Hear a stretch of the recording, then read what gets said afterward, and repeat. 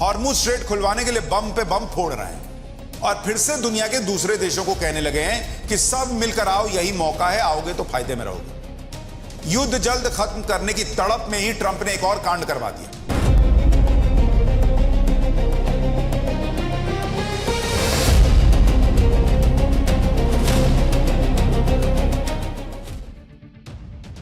देखिए, Donald Trump अब युद्ध को ज्यादा दिन खींच नहीं पा रहे हैं, इसलिए कैसे तेजी से चीजें पिछले 24 घंटे में और भड़क गई हैं वो आप देखिए कि इजराइल ने फिर से ईरान की टॉप लीडरशिप को धड़ाधड़ मारना शुरू कर दिया है। उधर ट्रंप स्ट्रेट ऑफ हॉर्मुज पर कब्जे का प्लान बनाकर बैठे हैं। हॉर्मुज स्ट्रेट खुलवाने के लिए बम पे बम फोड़ रहे हैं और फिर से दुनिया के दूसरे देशों को कहने लगे हैं कि सब मिलकर आओ, यही मौका है, आओगे तो फायदे में रहोगे। युद्ध जल्द खत्म करने की तड़प में ही ट्रंप ने एक और कांड करवा दिया कि पहली बार ईरान के तेल गैस पर अटैक होने शुरू हो गए। युद्ध के 19 दिन में जो नहीं हुआ वो पिछले 24 घंटे में होने लगा है। अब ईरान के गैस और ऑयल ठिकानों पर हमले शुरू हो गए। दावा है कि ईरान के बुशेहर प्रांत में ईरान के गैस फैसिलिटी, ऑयल और पेट्रोकेमिकल फैसिलिटी पर एयर स्ट्राइक हुई। ईरान के साउथ पार्स गैस फील्ड से जुड़े ठिकानों पर हमला किया गया है। South Pars gas field Iran के लिए बहुत इंपॉर्टेंट है। यहां ईरान का 40% से ज्यादा गैस रिजर्व है। यह दुनिया के टोटल गैस रिजर्व का 8% है बॉस। और कहा जा रहा है कि अब अमेरिका वहां हमला कर रहा है, अब इजराइल वहां हमला कर रहा है। यानी डोनाल्ड ट्रंप को शायद यह लगने लगा है कि ईरान को लूट तो पाएंगे नहीं, कम से कम उसको इतना बर्बाद कर दो कि युद्ध तो रुके, वरना वो खुद लूट जाएंगे अमेरिका वाले। 19 दिन के युद्ध में ईरान के एनर्जी इंफ्रास्ट्रक्चर बचे हुए थे क्योंकि अमेरिका को बाद में उनको लूटना था, लेकिन अब उन पर हमले हो रहे हैं। पहली बार ईरान के न्यूक्लियर पावर प्लांट पर भी हमले का दावा है। ईरान ने आरोप लगाया है कि उसके बुशर न्यूक्लियर प्लांट पर हमला हुआ है। हालांकि राहत की बात यह है कि वहां किसी तरह के लीकेज की खबर नहीं है फिलहाल। इंटरनेशनल एटॉमिक एनर्जी एजेंसी ने भी ऐसी संवेदनशील जगह पर हमला न करने की अपील की है। यानी डोनाल्ड ट्रंप बिल्कुल अपनी सनक में अपना आपा खो चुके हैं।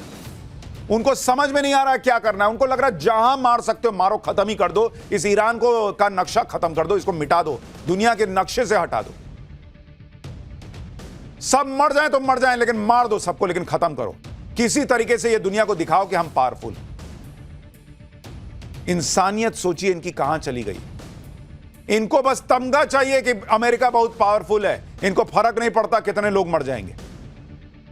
आप सोचिए अगर कोई अनहोनी हो जाती, रेडिएशन लीकेज हो जाता, तो उस पूरे इलाके के लिए कितना बड़ा खतरा हो जाता। मार रहे हैं उसके परमाणु संयंत्र पर।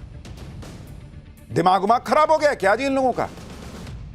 सिर्फ इसलिए कि तुम दूर बैठे हो, यहां कुछ भी कर दो। और मिडिल ईस्ट के इनके दोस्तों को पूछना चाहिए कि पगला गए हो क्या जी तुम लोग, क्या कर रहे हो? अगर ईरान में इस तरीके से न्यूक्लियर फैसिलिटी पर आप हमला करोगे, वहां से रेडिएशन फैलेगा, मिडिल ईस्ट बच जाएगा क्या?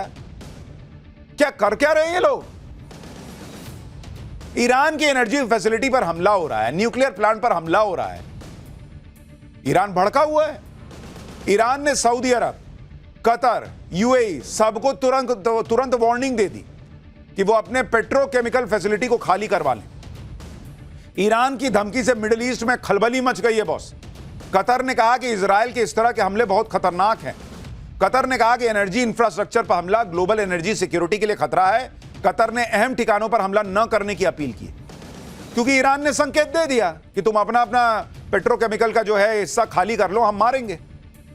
भाई उसका क्लियर हिसाब चल रहा, तुम मारोगे हम मारेंगे, तुम मारोगे हम मारेंगे, तुम 2 मारोगे हम 4 मारेंगे। तुम हमको मारना चाहते हो ना, खत्म करना चाहते हो, मारो, हम भी मरते मरते तुमको जितना मार सकते हैं मारेंगे। और डोनाल्ड ट्रंप कर क्या रहे भाई? पूरी दुनिया में ऑलरेडी तेल की कीमतें बढ़ रही हैं और आप जो है वो ऑयल रिजर्व और अब जो है वो गैस संयंत्र सब जगह पर अटैक कर रहे हो। अगर सब एक दूसरे के तेल गैस फोड़ने लग गए, दुनिया बचेगी बॉस, हाहाकार मच जाएगा। लेकिन ट्रंप को अपनी सनक में कोई फर्क ही नहीं पड़ रहा। ट्रंप को तो अभी इस बात की पड़ी है कि कैसे युद्ध निपट जाए, कैसे मैं हीरो साबित हो जाऊं। किसी तरीके से ईरान से सरेंडर करवा लो, चाहे उसको जमीन में धसोड़ दो, लोगों को मार दो, दुनिया को तबाह कर दो। और ट्रंप से यह हो नहीं पा रहा। हॉर्मुज स्ट्रेट खुलवाना ट्रंप की सबसे बड़ी चुनौती बनी हुई है। और इसलिए ट्रंप फिर से दुनिया को कहने लगे हैं कि आओ मिलकर हॉर्मुज स्ट्रेट खुलवा देते हैं। ट्रंप ने आज सुबह उठते कह दिया कि ईरान में जो कुछ बचा है वो उसे खत्म कर देंगे, लेकिन सोचना तो उन सहयोगी देशों को है जो स्ट्रेट ऑफ हॉर्मुज खुलवाने के लिए कोई जवाब नहीं दे रहे। स्ट्रेट ऑफ हॉर्मुज तो अमेरिका इस्तेमाल नहीं करता, लेकिन जो देश इस्तेमाल करते हैं वो जल्द तैयार हो जाए। यानी ट्रंप कह रहे हैं कि हॉर्मुज स्ट्रेट जिसे इस्तेमाल करना है वो साथ आ जाए, अभी मौका है, साथ आ जाएंगे तो फायदे में रहेंगे। ये वही ट्रंप हैं जो कल तक कह रहे थे कि उन्हें किसी की जरूरत नहीं है, अमेरिका अकेले काफी है। मैंने आपको कहा ना कि इनका तार सटता है छूटता है, सटता है तो कहते हैं सब साथ आ जाओ, छूटता है तो कहते हैं भक्त मुझे किसी की जरूरत नहीं, क्योंकि अंदर अंदर बेइज्जती तो महसूस होती है कि कोई आ तो रहा नहीं है, और भर दुनिया में कह रखे हैं कि मेरे से आगे कोई टिकता नहीं है। तो जब बेइज्जती महसूस होती है कि कोई साथ नहीं आ रहा तो कहते हैं कि जाओ मुझे किसी की जरूरत नहीं। फिर कोई कान में आके कहता होगा कि सर कोई आ ही नहीं रहा है इतने के बाद भी, और हम अकेले तो कर नहीं पा रहे हैं। फिर एक घूंट पीते हैं बेइज्जती का, कहते हैं ना आओ ना जी आओ, फिर कोई नहीं आता, फिर कहते जाओ। बच्चा हो जी, बच्चा जैसा बिहेव कर रहे हो। दुनिया के सबसे बड़े देश के, सबसे ताकतवर देश माने जाने वाले देश के राष्ट्रपति हो भाई, बर्ताव तो वैसा करो। ट्रंप ने ईरान पर सब कुछ करके देख लिया, बड़े बड़े बम मार दिए, वहां की टॉप लीडरशिप उड़ा दी, लेकिन अब तो ईरान ने सरेंडर नहीं किया अभी तक। उल्टे ईरान ने स्ट्रेट ऑफ हॉर्मुज बंद करके ट्रंप की नींद उड़ा रखी है। ट्रंप ने हॉर्मुज को खुलवाने के लिए दुनिया से मदद मांगी, कोई नहीं आया। ट्रंप ने हॉर्मुज पर कब्जे के अपने प्लान पर नया काम शुरू किया। हॉर्मुज स्ट्रेट के पास अमेरिका ने 5000 पाउंड यानी करीब 2200 किलोग्राम के बंकर बस्टर बम फोड़ दिए। अमेरिका का दावा है कि उसने जिस टारगेट पर बंकर बस्टर बम गिराए हैं वहां पर ईरान ने अपनी एंटी शिप क्रूज मिसाइलों को छिपाकर तैनात किया था। ये क्रूज मिसाइलें अमेरिका और इजरायल के जहाजों के लिए खतरा बनी हुई थी। अमेरिकी सेंट्रल कमांड ने लिखा कि कुछ घंटे पहले अमेरिकी सेना ने हॉर्मुज स्ट्रेट के पास ईरान के तट पर स्थित ईरान के मजबूत मिसाइल ठिकानों पर 5000 पाउंड के कई डीप पेनिट्रेटर बमों का सफलतापूर्ण इस्तेमाल किया है। अमेरिका ने स्ट्रेट ऑफ हॉर्मुज पर 2200 किलो के भारी भरकम बंकर बस्टर बम इसलिए गिराए क्योंकि बंकर बस्टर बम जमीन के 100 फीट नीचे तक तबाही मचा सकते हैं। ये 22 फीट मोटी कंक्रीट की दीवार को तोड़ सकते हैं। अमेरिका हॉर्मुज में बंकर बस्टर बम कहां गिरा रहा है आप इस मैप के जरिए समझ सकते हैं। स्ट्रेट ऑफ हॉर्मुज में समंदर के एक किनारे ओमान है, एक तरफ यूएई है, दूसरी तरफ अकेला ईरान पड़ता है। स्ट्रेट ऑफ हॉर्मुज में इसी जगह पर जहां आप गोला देख रहे हैं वहीं पर कहा जा रहा है कि अमेरिका ने बंकर बस्टर बम को फोड़ा है। ट्रंप को लग रहा है कि बंकर बस्टर बम गिरा और स्ट्रेट ऑफ हॉर्मुज पर कब्जा कर लेंगे, वो ईरान को सरेंडर करवा देंगे। लेकिन ईरान के पास हॉर्मुज स्ट्रेट को कंट्रोल करने का एकमात्र जरिया सिर्फ उसकी क्रूज मिसाइलें थोड़ी हैं। ईरान इस इलाके से गुजरने वाले जहाजों को वाटर ड्रोन रॉकेट, सी माइंस, हाई स्पीड बोट्स और ड्रोन से भी टारगेट कर रहा है। और अगर अमेरिका को लगता है कि उन्होंने बंकर बस्टर बम फोड़ दिया, स्ट्रेट ऑफ हॉर्मुज खुल गया, तो अपने जहाज भेज के दिखाएं, अपने लोगों को भेज के दिखाएं। हवाबाजी से नहीं ना होगा बॉस। इसलिए ट्रंप नहीं चाहते कि स्ट्रेट ऑफ हॉर्मुज में अमेरिका अकेले घुसे। ट्रंप चाहते हैं कि बाकी सब देश भी साथ आ जाएं, लेकिन इसके लिए दूसरे देश तैयार नहीं है। आज ही जर्मनी के विदेश मंत्री ने कहा है कि अगर अमेरिका स्ट्रेट ऑफ हॉर्मुज को सिक्योर नहीं कर सकता तो फिर यूरोप की फोर्सेस भी तो नहीं कर सकती। जर्मनी के विदेश मंत्री ने कहा कि हमें ईरान और अरब देशों के साथ एग्रीमेंट करना चाहिए जिससे जहाज जा सके। उधर ईरान कह रहा है कि यह समुद्री रास्ता तो उसका है, वो अपने दुश्मनों को जाने नहीं देगा। ईरान के विदेश मंत्री ने कहा कि युद्ध के बाद सबसे पहला काम यह होगा कि हॉर्मुज स्ट्रेट से गुजरने के लिए ईरान नए नियम बनाएगा। भाई इन दोनों के चक्कर में दुनिया का क्या होगा आदमी सोच सोच के परेशान हो रहा है। और मैं आपको डे 1 से कह रहा हूं बॉस, 19 दिन हो गया आज, अलग अलग देशों में अलग अलग जगहों पर इंपैक्ट पड़ रहा है। खुद अमेरिका में महंगाई बढ़ गई है, मानने को तैयार नहीं है भाई साहब। ट्रंप के सामने मुसीबत यही है कि ईरान झुक नहीं रहा, सरेंडर नहीं कर रहा। जितना ज्यादा ईरान लड़ता चला जा रहा है उतना ज्यादा ट्रंप के लिए मुसीबतें बढ़ रही हैं। आप अमेरिका में देखिए, वहां तेल गैस के दाम आसमान छू रहे हैं। अमेरिका में 40% तक फ्यूल के प्राइसेस बढ़ गए। और इसी को देखकर आज ट्रंप ने एक फैसला लिया। ट्रंप ने फ्यूल प्राइस की कीमतों को कम करने के लिए 100 साल पुराने जोन्स एक्ट में 60 दिन की छूट दे दी। इस कानून के तहत जो भी सामान अमेरिका के पोर्ट्स के बीच आता जाता है वो शिप अमेरिका का होना चाहिए और क्रू मेंबर में भी अमेरिकी नागरिक होने ही चाहिए। इस जोन्स एक्ट की वजह से सामान के ट्रांसपोर्ट में काफी वक्त लगता था, दाम बढ़ जाते थे। लेकिन अब ट्रंप ने इस कानून के तहत जो नियम है उसमें 60 दिन की छूट दे दी। क्यों दे दी भाई? क्योंकि आपको दिख रहा है कि आपके देश में महंगाई बढ़ रही है, इसलिए आपने इतने पुराने नियम में भी छूट दे दी। अपने यहां के लोगों की मजबूरी दिख रही है। हमारे यहां जो हो रहा है वो नहीं दिख रहा, दूसरे जगह हो रहा है वो नहीं दिख रहा। पाकिस्तान इनके तलवे चाटते रह गया, आज वहां लॉकडाउन लगा हुआ है, इनको नहीं दिखता है। इनफैक्ट पाकिस्तान को तो आज बहुत गंदा ठोक दिए हैं ये लोग, अभी बताऊंगा आगे। ट्रंप को मजबूरी में ये सब करना पड़ रहा है, वो दिखा रहे हैं, क्योंकि हर मामले के एक्सपर्ट बनते थे, लेकिन ईरान के मामले में ऐसा फंस गए कि लोग मजाक उड़ा रहे हैं। भाई ट्रंप कितने बड़े लफ्फाज हैं, कितना लंबा लंबा फेंकते हैं। उनका एक वीडियो वायरल हो रहा है। ये भाई साहब हर चीज के एक्सपर्ट हैं। भाई साहब ये लिस्ट लंबी है। ये आदमी इतना बड़ा लफ्फाज है कि ये हर चीज में इनकी लाइन है कि मुझसे बेहतर कोई नहीं जानता। वो क्या राजपाल यादव का सीन है ना कि मैं सब जानता हूं सर। ये भाई साहब वही है, मैं सब जानता हूं, मुझसे बेहतर कोई नहीं जानता। इसी लफ्फाजी के चक्कर में इन्होंने दुनिया को फंसा दिया। इसी लफ्फाजी ने ट्रंप से ईरान युद्ध करवा दिया, क्योंकि इनको लगता है मैं सब जानता हूं, और अब फंस गए। लेकिन फंस गए तो ये नहीं जानते कि इससे निकलना कैसे है। अपनी खींच मिटाने के लिए ट्रंप ने सारे हथियार निकाल लिए। हार्मुज पे बर्फ गिरा के देख लिया, ईरान की टॉप लीडरशिप मार के देख ली। क्या हुआ? युद्ध खत्म हुआ। कल ही इजराइल ने ईरान के national security chief Ali Larijani को ढेर कर दिया। आज इजराइल ने ईरान के इंटेलिजेंस मिनिस्टर को मार दिया। इजराइल ने बताया कि पिछली रात उसने एयर स्ट्राइक में इंटेलिजेंस मिनिस्टर इस्माइल खतीब को खत्म कर दिया है। साल 2021 में इस्माइल खतीब ईरान के इंटेलिजेंस मिनिस्टर बने थे। खतीब ईरान की मिनिस्ट्री ऑफ इंटेलिजेंस को संभाल रहे थे।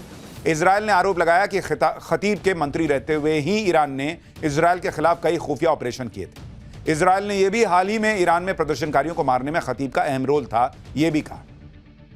इससे पहले कल इजराइल ने ईरान के national security chief Ali Larijani को ढेर किया था। जिस वक्त अली लारिजानी पर हमला हुआ वो तेहरान के बाहरी इलाके करज के परदीस में अपने परिवार के साथ थे। इस हमले में अली लारिजानी और उनके बेटे डॉक्टर मोर्जता लारिजानी की मौत हो गई। लारिजानी और उनके बेटे के ताबूत को ईरान में सार्वजनिक तौर पर दिखाया गया।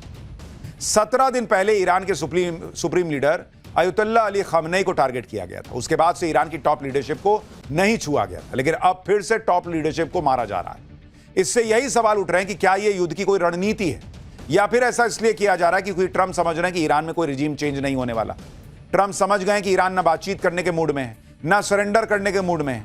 क्या इसी वजह से ईरान पर प्रेशर बनाने के लिए उनकी टॉप लीडरशिप को खत्म किया जा रहा है? क्या युद्ध को जल्दी निपटाने के लिए ताबड़तोड़ किलिंग हो रही है? जिस तरह से ईरान की टॉप लीडरशिप पर हमले हो रहे हैं, उसके बाद सवाल यह भी है कि क्या अगला नंबर मुस्तफा खामनेई का है, क्योंकि मुस्तफा खामनेई अब ईरान के नए सुप्रीम लीडर हैं। मुस्तफा के तौर पर ईरान को नया चेहरा, नया नेतृत्व और नया जोश मिला है। इस जोश को ठंडा करने के लिए ट्रंप मुस्तफा को भी टारगेट कर सकते हैं। उधर इजराइल यह दावा कर रहा है कि अभी तो कई और सरप्राइज बचे हुए हैं। ट्रंप शायद इस गलतफहमी में है कि अगर वो ईरान की टॉप लीडरशिप को मारते चले जाएंगे, मुस्तफा खामनेई को भी उड़ा देंगे, हॉर्मुज स्ट्रेट को खुलवा देंगे, खार्ग आइलैंड पर कब्जा कर लेंगे, तो ईरान को हरा देंगे। लेकिन ईरान अलग लेवल पर है बॉस। आज ईरान से अली लारिजानी के जनाजे पर जो भीड़ उमड़ी है, उसे देखकर तो साफ लग रहा है कि ईरान झुकने वाला नहीं है। आप भीड़ को देखिए बॉस, अली लारिजानी के जनाजे में जुटी इस भीड़ को देखिए। डोनाल्ड ट्रंप के एक्शन ने ईरान को और एकजुट कर दिया है। अब वहां कट्टरपंथ की बात ही नहीं हो रही, अब वहां नेशनलिज्म की बात हो रही है। वहां राष्ट्रवाद जाग रहा है कि भाई हमको सबको एक रहना है, कट्टरवाद तो बाद में देख लेंगे। और इनको पता है कि चारों तरफ बम फट रहा है, फिर भी इतनी पब्लिक आई हुई है। अली लारिजानी के जनाजे में जुटी ये भीड़ मैसेज दे रही है कि ईरान किसी भी कुर्बानी के लिए तैयार है। ईरान के विदेश मंत्री अब्बास अरागची भी कह रहे हैं कि हमें अपनी जान में देने में कोई हिचक नहीं है। भाई वो कह रहे हैं खुल के। ईरान के विदेश मंत्री ने कहा कि किसी एक व्यक्ति का मारे जाने से स्ट्रक्चर पर कोई असर नहीं पड़ेगा। उनके मुताबिक जब हमारे सुप्रीम लीडर भी शहीद हो गए, तब भी ईरान लड़ता ना रहा। ईरान के विदेश मंत्री ने कहा कि अगर मैं भी मारा जाऊंगा ना, तो कोई और मेरी जगह आ जाएगा। यानी ईरान का मैसेज क्लियर है कि तुम मारते जाओगे कोई खड़ा होता जाएगा, तुम मारोगे कोई खड़ा होगा, तुम मारोगे कोई खड़ा होगा। इससे सॉल्यूशन नहीं निकलना बॉस। ईरान कह रहा है कि जब वो अपने सुप्रीम लीडर की मौत के बाद नहीं झुका तो अब क्या झुक जाएगा यार। ईरान खुला चैलेंज दे रहा है, जिसको मारना है मार दो, भर भीड़ खड़ी है सड़क पर, मार दो सबको। लेकिन ईरान नहीं झुकने वाला। ईरान ने अपने रक्षा प्रमुख अली लारिजानी की मौत का बदला लेने की कसम खा ली। IRGC यानी ईरान रेवोल्यूशनरी गार्ड कॉर्प्स ने इजराइल पर मिसाइल हमलों की 61वीं लहर का ऐलान कर दिया। IRGC ने कहा है कि वो लारिजानी की मौत को ना भूलेंगे ना किसी को भूलने देंगे, और जब तक इजराइल से खूनी बदला नहीं ले लिया जाता तब तक IRGC का एक भी गार्ड चैन से नहीं बैठेगा। IRGC ने कहा है कि इस तरह के एक्शन इस्लामी गणराज्य की स्वतंत्रता, आजादी, क्षेत्रीय अखंडता, ईरान की रक्षा के रास्ते में बाधा नहीं बनेंगी। IRGC ने कहा कि लारिजानी की मौत देश में नया जोश भरने का सोर्स बनेगी। इजराइल पर नई मिसाइल वेब अटैक की धमकी के बाद IRGC ने एक वीडियो भी जारी किया। इस वीडियो में एक के बाद एक कई मिसाइल्स लॉन्च होती हुई दिख रही हैं, देखिए जरा। अपने रक्षा प्रमुख की मौत के कुछ घंटों बाद ईरान ने इजराइल और अमेरिका के ठिकानों पर ताबड़तोड़ हमले किए। आप देखिए कि पिछले 24 घंटे के भीतर ईरान ने UAE, सऊदी अरब, बहरीन, बगदाद, कतर, कुवैत और तेल अवीव को धमाकों से हिला दिया। UAE के अल मिनहाद एयरबेस पर मिसाइल फोड़ी, दुबई में कई ड्रोन धमाके किए, बगदाद में US एम्बेसी पर ड्रोन और रॉकेट फोड़ दिए, सऊदी अरब के प्रिंस सुल्तान एयरबेस को टारगेट किया। अकेले सऊदी अरब ने करीब 100 मिसाइलें इंटरसेप्ट की। इजराइल के तेल अवीव और रामत गन में ईरानी मिसाइलों ने तबाही मचा दी। मिडिल ईस्ट में मौजूद अमेरिकी मिलिट्री बेस पर मिसाइलें दागी गई। यानी ईरान ने भी अपने हमले तेज कर दिए।